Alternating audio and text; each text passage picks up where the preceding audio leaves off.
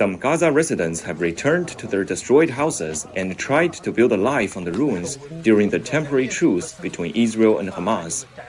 In the town of Hazura, a family made a fire under the rubble to keep warm. According to the family, they decided to come back as life in the shelter was even more unendurable.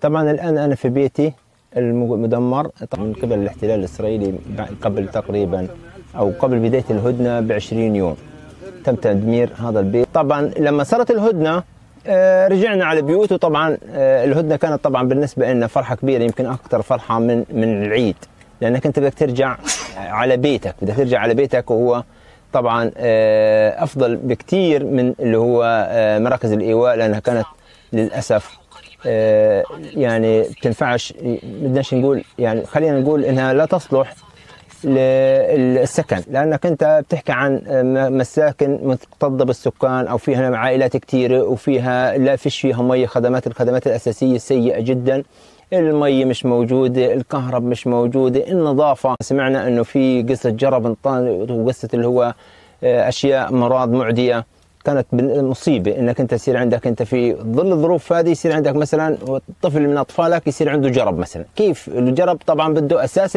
علاجه اللي هو النظافة، ومش متوفر النظافة. طبعا فضلت إنه أقعد في بيتي، لأنه بيتي في النهاية هو المأوى الوحيد إلي ولأولادي. طبعا جهزنا مكان، لقينا هذا أنسب مكان، وطبعا هو عبارة عن المطبخ، يعني هو أفضل مكان ممكن نقعد فيه.